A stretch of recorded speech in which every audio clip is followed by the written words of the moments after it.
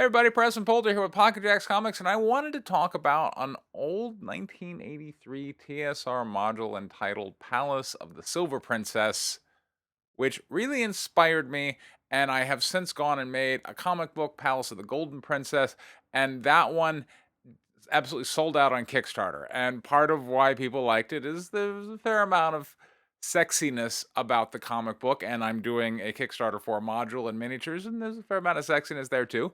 And now, I've never been a stranger to using sexy ladies or sexual imagery, but I felt it especially appropriate here because the original 1983 module was pulled from the shelves only 72 hours after release because of its own racy sexual content. And I want to take a minute just to show what all the hubbub was about way back then.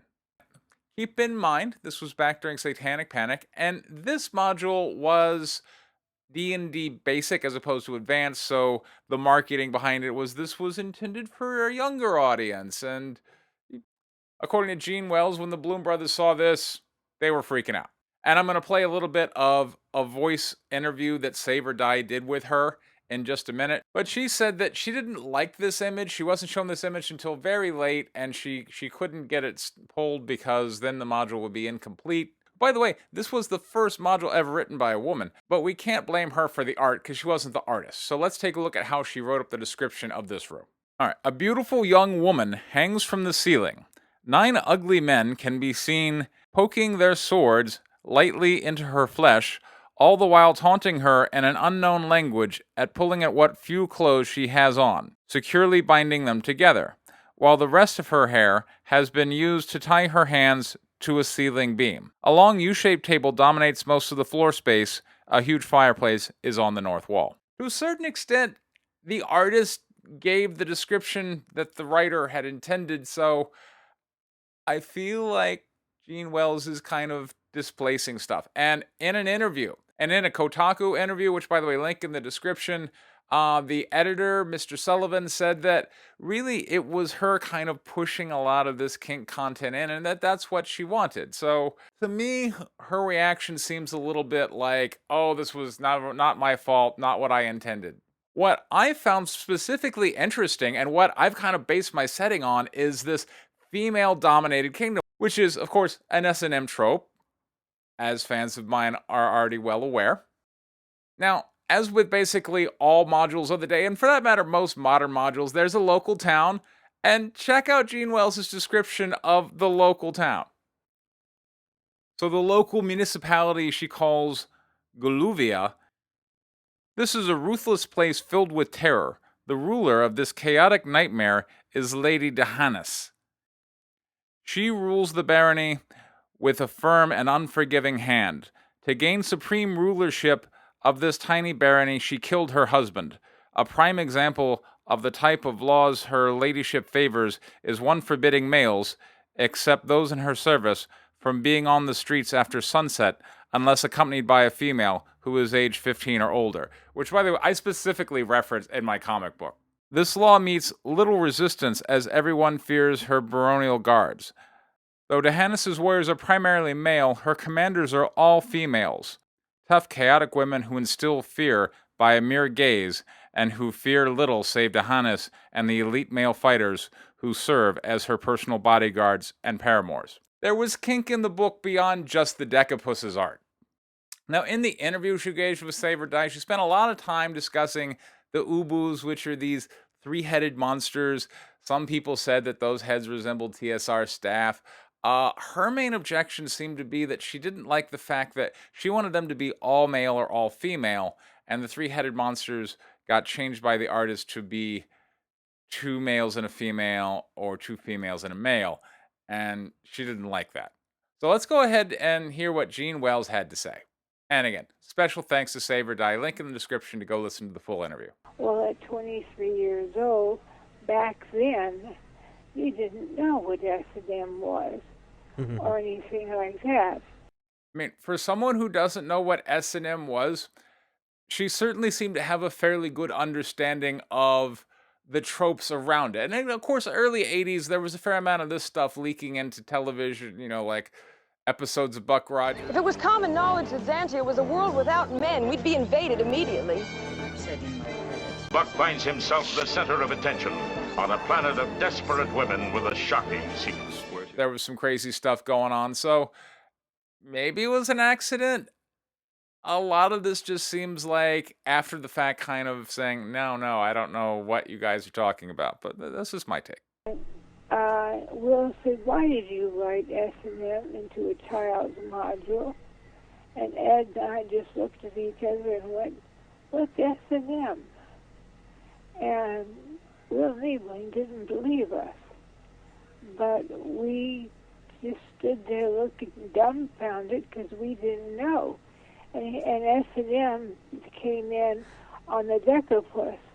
Tom Mulvey had rewritten the module. Yeah, and he wouldn't let me help. That seems rather harsh, by the way, to not let her. Like, she got completely yanked from the book. Did Gary tell him to do this, or the Bloom brothers told him to do this? The Bloom brothers. And what did Gary think about this at the time? He didn't have much of a say, or? He didn't have much of a say. He said that there was 3 board of directors. He was one of them, but they would outvote him because they were brothers. And if he had had his say, he said it was ridiculous and not worth bothering with. Aware of the flap over the art in B3, and did you ever find it offensive to the point you'd be wanting it omitted off of there? Yes, I did. I wanted it taken off. But Jim Roloff wouldn't let me take it out because it was too close to deadline. And I was mad because Erol Otus had made my Ubues into hermaphrodites and screwed the whole thing up. She, again, making them hermaphrodites, she references it more than once in this interview. Clearly, it got to her. It's not one of the things anybody ever cites when they talk about why the module might have been pulled. There's, again, speculation that maybe those were TSR staffer heads that were drawn on, but so I'm not sure why she spends so much time kind of attacking the hermaphroditic Ubues. Was there any other projects you started working on when you were at TSR that never got published or printed? I wanted to do another module, but they wouldn't let me. So the TSR offices had their own dormitory for people to stay while they were working there? No, it was our agreement. Just an agreement between Jeff Leeson and Dave Conant and Joe and Alan Hammock. And we all lived in the same house.